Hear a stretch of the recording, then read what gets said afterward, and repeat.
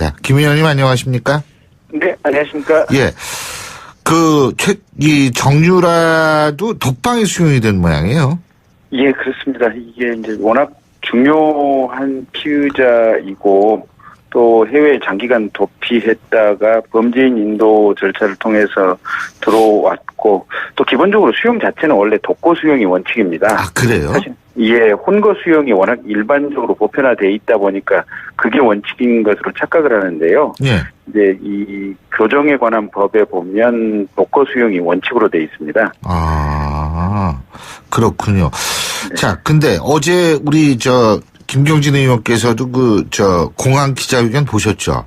예, 봤습니다. 근데 일단 첫 번째 제가 좀 여쭤보고 싶은 게 어저께 검사 출신으로서 정유라 씨의 태도를 봤을 때 굉장히 여유롭다고 느끼시지는 않으셨어요? 그러니까 이제 첫째는 이제 요새 젊은 사람들이 어떤 상황이든지 간에 대체로 좀 당당하고 여유를 좀 갖고 있는 특성이 하나 있는 것 같고요. 두 번째는 이제 긴 시간 동안 이게 어떤 한국에 송환될 때를 대비해서 머릿속에 이런저런 답변을 해야겠다고 준비를 하지 않았겠습니까? 네. 그래서 이제 그런 준비된 측면이 하나 있을 거고요. 또 실제 이 사건에 관해서는 정유라 씨보다는 최순실 씨가 주도적으로 대부분의 일을 했고 정유라 씨는 그 과실이나 열매를 따먹은 그런 어떤 결과적인 수익범의 측면이 좀 강하다 보니까 그런 여러 가지 측면이 복합적으로 작용을 해서 그렇게 여유 있게 비춰지지 않았나 싶습니다. 근데요, 네. 제가 이제 어제 도저히 이해가 안 되는 게 뭐냐면, 네. 자기네가 도피 비용 있지 않습니까? 네. 그죠? 이런 거 자기는 모른다. 돈이 어디서 났는지 모른다. 네. 아니, 그게 상식적으로 좀 이해가 안 되더라고요. 이해하실 수 있으세요? 네? 우리 김경진 의원께서는? 네? 그러니까요. 당신 돈 그거 어떻게 어디서 났었어? 모른다, 나는. 네. 돈이 하늘에서 떨어졌다는 얘기예요, 뭐예요?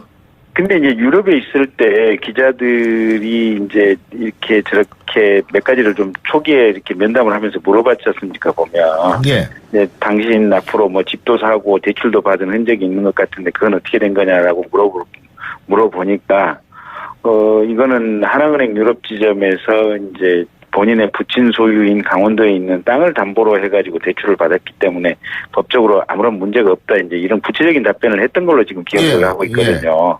그래서 이제 그런 상황에 비추어 보면 사실은 돈이 어디서 왔고 어떻게 쓰였는지 그걸 전혀 모른다고 하는 것은 이제 사실 거짓말이고 사실을 얘기하지 않고 있는 거죠. 거기다가 예, 독일이라든지 이런 데서 계속해서 기자들 쫓아오니까 쫓아온 게 이곳저곳으로 이렇게 계속해서 옮겨 다니고 이동해 다니고 이랬지 않습니까? 예. 그래서 그런 과정들을 보면 어쨌든 들어와서 뭐라고 답변할지를 머릿속에 어느 정도 생각을 하고 들어왔다고 봐야죠. 근데요, 만일 정유라 씨가 모른다는 식으로 이거를 그냥 모르쇠로 일관하고 거짓을 했다라고 가정을 한다면 왜 그랬을까요? 이게 무슨 법적인 저촉이 되나요? 돈 어디서? 그러니까 이제 본인이 그 모든 것을 실제로 전혀 모르고 있고 어머니인 최순실 씨와 박근혜 전 대통령 또는 삼성그룹 관계자들 또는 이화여대 교수들과 사이에서만 있었던 일이고 본인은 결과적으로 그 혜택만을 받았을 뿐이다라고 사실관계가 정리가 된다면 사실은 정유라 씨는 아무런 죄도 성립하지 않고 처벌이 불가능하게 될 상황이 있을 수도 있죠. 그래서 아마 그런 점을 염두에 두고 나는 모른다, 어머니가 한 일이다, 나는 구체적인 돈 자금의 흐름 관계는 전혀 모른다, 이렇게 지금 진술을 하는 것으로 보여집니다. 지금 김경진 의원님께서 그런 말씀 하셨는데 바로 그 부분이에요. 나는 대학에서 내 전공이 뭔지도 모르고 나는 대학 가고 싶지도 않았다. 이게 그런 의미예요, 그러면? 그런 의미라고 봐야죠. 근데 이제 저희들이 이제 이 사건을 이제 이렇게 옆에서 제3자적인 측면에서 지켜볼 때 실제로도 본인이 대학을 안 가고 싶었던 건 맞는 것 같아요. 근데 그럼에도 불구하고 그러면 이제 이렇게 전면적으로 그러면 정유라 씨가 예. 그런 상황에 대해서 거부를 했냐면 또 그건 아니거든요. 그러니까 본인이 공부를 하기 싫어했던 것들 또는 대학에 가서 성실하게 어떤 학교 생활을 하는 것들 이런 것들에 대해서는 본인이 실질적으로 좀 싫어하고 거부감을 가졌던 것은 맞지만 예. 그럼에도 불구하고 어쨌든 어머니가 승마를 하라 그래서 승마를 조금이라도 하는 신용이라도 하지 않았겠습니까? 예. 그다음에 어머니가 또 어떤 작업을 했는지는 모르겠지만 그 승마 우승 금메달을 받으니까 그 금메달 가지고 면접 시험장에 가라고 하니까 시키는 대로 그대로 한 거 아닙니까? 네. 그래서 그게 이제 체육 특기생으로서 이 학교에 들어가는데 중요한 어떤 이 근거 자료가 되는 것이 메달이 작용을 한다 이런 것을 알고 있었기 때문에 이제 시키는 대로 했었던 것이고요. 그래서 큰 틀에서 보면 자기가 대학을 안 가고 싶었던 것은 맞지만 정말 100에 100%안 가고 싶었다고 하는 것은 거짓말이겠죠. 그리고 정유라 씨한테 이 뇌물 혐의 지금 어떻게 적용이 가능할까요? 뇌물 수수 혐의? 저는 그 부분은 쉽지 않다고 봅니다. 그 이경재 변호사도 전혀 인정되지 않을 것 이런 얘기를 한 모양이던데. 예, 왜냐하면 예. 이게 이제 상당히 복합적인 구조를 가지고 있지 않습니까? 보면 이게 최순실 씨가 이제 삼성그룹에서 최순실 씨에게 부탁을 했고 또 그걸 통해서 대통령이 이제 국민연금관리공단의 의사결정에 관련된 어떤 지시가 있었고 이런 아주 이렇게 복합적인 과정인데 그 과정에서 정유라 씨가 어떤 의사결정이라든지 구체적인 어떤 이 의견 연락 과정에 뭔가를 담당했을 가능성은 상당히 적다고 보여지거든요. 예.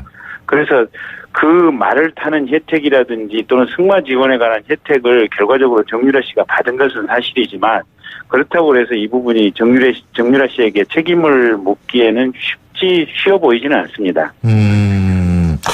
그렇군요. 그리고 또 한 가지는 이제 그 정유라 씨, 이 수사 기법상 말이에요. 네. 이 최순실 씨가 정유라 씨의 귀국으로 조금 이 위축이 될까요? 어떻게 보세요? 상당히 위축된다고 봐야죠. 그러니까 최순실 씨가 이런저런 무리한 어떤 금품 요구라든지 이런 것을 하게 되었던 동기 중에 하나가 지금 정유라 씨에 대한 애정이랄까 정유라 씨를 보살피고자 하는 어떤 어머니로서 그런 어떤 이렇게 극성스러운 치맛바람 이런 마음에서 비롯됐다고 볼 수 있는 측면이 분명히 있거든요. 그래서 지금 최순실 씨 어제도 아마 재판 받으면서 검사에게 딸 건드리지 마라. 딸은 뭐 말 한 번 얻어탄 것밖에 없다는 식으로 이제 얘기를 해서 법정에서도 웃음이 나왔다고 하는데 어쨌든 최순실 씨 본인 마음에서는 딸이 다친다 또는 딸이 구속이 돼 있다 또는 구속이 된 이후에 오랫동안 형을 살게 될 것 같다 이러면 상당히 복잡한 심경의 변화를 일으킬 가능성이 있고 그러다 보면 지금까지는 보면 최순실 씨가 법정에서 이렇게 진술 증언하는 태도가 박근혜 대통령을 상당히 이렇게 옹호해주고 보호해주려고 하는 이런 자세를 취하고 있었는데 그런 부분이 경우에 따라서는 조금 어그러질 가능성도 있겠죠. 지금 그러면은 그 정유라 씨가 이제 뭐 예를 들면은 좀 그 어떤 위중한 혐의가 적용이 될 가능성은 있는 거예요? 그러니까 이제 검찰에서는 첫째 이제 적극적으로 이제 그런 어떤 최순실 씨의 진술 변화라든지 심경 변화를 이끌어내기 위해서 검찰이 과연 적극적으로 지금 정유라 씨에 대해서 구속 수사를 할 것인지 이제 이런 부분을 하나 눈여겨봐야 되고요. 두 번째는 통상적으로 이제 저희가 보기에는 뇌물죄 적용이 쉽지는 않아 보이는데 검찰이 정말 강력하게 법 적용을 해서 뇌물죄까지도 정유라 씨에게 적용을 할 것인지 이런 부분을 좀 주목해서 봐야 될 대목입니다. 예.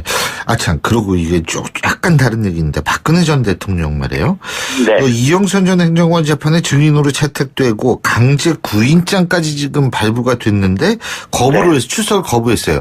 그러면, 출석을 거부해서 안 나온다라는 건 강제 구인장에서 강제는 무슨 의미입니까, 그러면?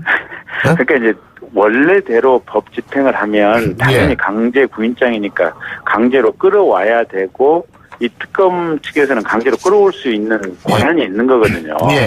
근데 아무래도 이제 신분이 전직 대통령이고 또 이제 몸이 아프다고 이렇게 얘기를 하고 있으니까 혹여 강제로 끌고 왔을 때 어떤 불미스러운 상황이 생길까봐 그런 어떤 정치적인 파장을 우려해서 법에 정해진 권한을 특검 측에서 행사를 하지 않은 겁니다. 그래서 실은 보면 특검 측이 어떻게 보면 조금 직무를 제대로 안 했다라고 볼 수도 있고 또 박근혜 대통령 측에서도 어거지로 지금 이 강제 부인장에 대해서 어떤 법적으로 본인이 해야 될 의무를 다 하지 않고 그냥 버텼다.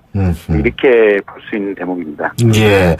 자, 그리고 제가 또 한 가지 이 유사 출신으로서 제가 여쭤보는 건데 네. 최순실 씨 어제 그 특검팀한테 그 2대 학사 입학 비리와 관련해서 7년형을 구형받았죠. 그죠?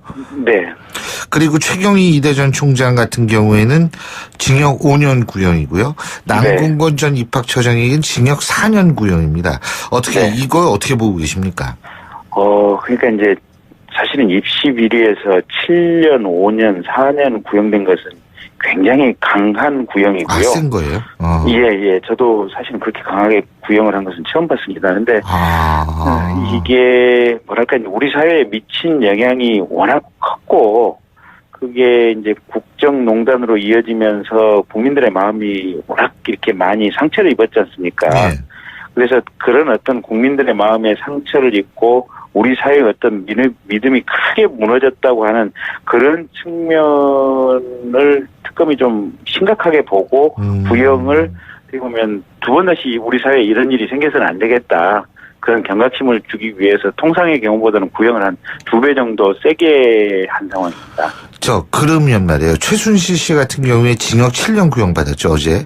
그러면은 이게 다른 죄에 대해서는 또 다른 그 별개의 구형이 이루어지는 겁니까?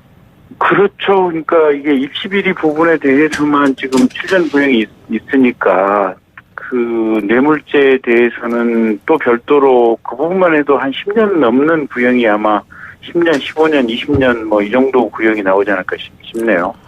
그러면은 뭐 이게 다 합하면은 굉장히 구형량이 높겠네요. 예, 그렇습니다. 그래서 이게 통상적인 사건 같은 경우는 실은 이제 그 형은 한 사람이 살아야 되는 거 아닙니까? 최순실이라고 하는. 그렇죠. 그래서 그 한 사람에 대해서 모든 사건을 다 모아서 이제 총체적으로 병합해서 구형을 해야 되는 것이 맞는데 이제 재판이 이렇게 이화여대 부분 또 뇌물과 관련된 부분이 별도로 각각 받다 보니까 조금은 통상적인 경우보다는 좀 더 아마 결과적으로 좀 더 세게 구형이 되는 측면이 있습니다. 알겠습니다. 예, 오늘 말씀 잘 들었습니다. 고맙습니다. 자기는 모른다. 돈이 어디서 났는지 모른다. 네. 아니 그게 상식적으로 좀 이해가 안 되더라고요. 그 이해하실 수 있으세요? 네? 우리 김경진 의원께서는? 네? 그러니까요. 당신 돈 그거 어떻게 어디서 났었어? 모른다 나는. 네. 그 뭐 돈이 하늘에서 떨어졌다는 얘기예요, 뭐예요? 근데 이제 유럽에 있을 때 기자들이 이제 이렇게 저렇게 몇 가지를 좀 초기에 이렇게 면담을 하면서 물어봤지 않습니까, 보면. 예. 네, 당신 앞으로 뭐 집도 사고 대출도 받은 흔적이 있는 것 같은데 그건 어떻게 된 거냐라고 물어보니까, 이거는 하나은행 유럽 지점에서 이제 본인의 부친 소유인 강원도에 있는 땅을 담보로 해가지고 대출을 받았기 때문에 법적으로 아무런 문제가 없다. 이제 이런 구체적인 답변을 했던 걸로 지금 기억을 하고 있거든요. 그래서 이제 그런저런 상황에 비추어 보면 사실은 돈이 어디서 왔고 어떻게 쓰였는지 그걸 전혀 모른다고 하는 것은. 네. 김 의원님 안녕하십니까? 네, 안녕하십니까? 예. 이 정유라도 독방에 수용이 된 모양이에요. 예, 그렇습니다. 이게 이제 워낙 중요한 피의자이고 또 해외에 장기간 도피했다가 범죄인 인도 절차를 통해서 들어왔고 또 기본적으로 수용 자체는 원래 독거 수용이 원칙입니다. 아, 그래요? 사실 혼거 수용이 워낙 일반적으로 보편화되어 있다 보니까 그게 원칙인 것으로 착각을 하는데요. 예. 이제 이 교정에 관한 법에 보면 독거 수용이 원칙으로 되어 있습니다. 아, 그렇군요. 네. 자, 근데 어제 우리 김경진 의원께서도 공항 기자회견 보셨죠? 예, 봤습니다. 근데 일단 첫 번째 제가 좀 여쭤보고 싶은 게 어저께 검사 출신으로서 정유라 씨의 태도를 봤을 때 굉장히 여유롭다고 느끼시지는 않으셨어요? 그러니까 이제 첫째는 이제 요새 젊은 사람들이 어떤 상황이든지 간에 대체로 좀 당당하고 여유를 좀 갖고 있는 특성이 하나 있는 것 같고요. 두 번째는 이제 긴 시간 동안 이게 어떤 한국에 송환될 때를 대비해서 머릿속에 이런저런 답변을 해야겠다고 준비를 하지 않았겠습니까? 네. 그래서 이제 그런 준비된 측면이 하나 있을 거고요. 또 실제 이 사건에 관해서는 정유라 씨보다는 최순실 씨가 주도적으로 대부분의 일을 했고, 정유라 씨는 그 과실이나 열매를 따먹은 그런 어떤 결과적인 수익범의 측면이 좀 강하다 보니까 그런 여러 가지 측면이 복합적으로 작용을 해서 그렇게 여유 있게 비춰지지 않았나 싶습니다. 근데요, 네. 제가 이제 어제 도저히 이해가 안 되는 게 뭐냐면, 네. 자기네가 도피 비용 있지 않습니까? 네. 그죠? 이런 거, 어떤 죄도 성립하지 않고 처벌이 불가능하게 될 상황이 있을 수도 있죠. 그래서 아마 그런 점을 염두에 두고 예. 나는 모른다, 어머니가 한 일이다, 나는 구체적인 돈 자금의 흐름 관계는 전혀 모른다, 이렇게 지금 진술을 하는 것으로 보여집니다. 지금 김경진 의원님께서 그런 말씀 하셨는데, 바로 그 부분이요. 나는 대학에서 내 전공이 뭔지도 모르고, 난 네. 대학 가고 싶지도 않았다. 이게 그런 의미예요, 그러면? 그런 의미라고 봐야죠. 근데 이제 저희들이 이제 이 사건을 이제 이렇게 옆에서 제3자적인 측면에서 지켜볼 때 실제로도 본인이 대학을 안 가고 싶었던 건 맞는 것 같아요. 근데 그럼에도 불구하고 그러면 이제 이렇게 전면적으로 그러면 정유라 씨가 예. 그런 상황에 대해서 거부를 했냐면 또 그건 아니거든요. 그러니까 본인이 공부를 하기 싫어했던 것들 또는 대학에 가서 성실하게 어떤 학교 생활을 하는 것, 이제 사실 거짓말이고 사실을 얘기하지 않고 있는 거죠. 거기다가 예, 독일이라든지 이런 데서 계속해서 기자들 쫓아오니까 초창기에 이곳저곳으로 이렇게 계속해서 옮겨 다니고 이동해 다니고 이랬지 않습니까? 예.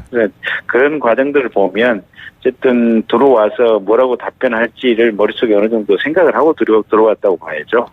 근데요, 만일, 정유라 씨가 모른다는 식으로 이거를 그냥 모르쇠로 일관하고 거짓을 했다라고 가정을 한다면 왜 그랬을까요? 이게 무슨 법적인 저촉이 되나요? 돈 어디서? 그러니까 이제 본인이 그 모든 것을 실제로 전혀 모르고 있고 어머니인 최순실 씨와 박근혜 전 대통령 또는 삼성그룹 관계자들 또는 이화여대 교수들과의 사이에서만 있었던 일이고 본인은 결과적으로 그 혜택만을 받았을 뿐이다라고 사실관계가 정리가 된다면 사실은 정유라 씨는 아무런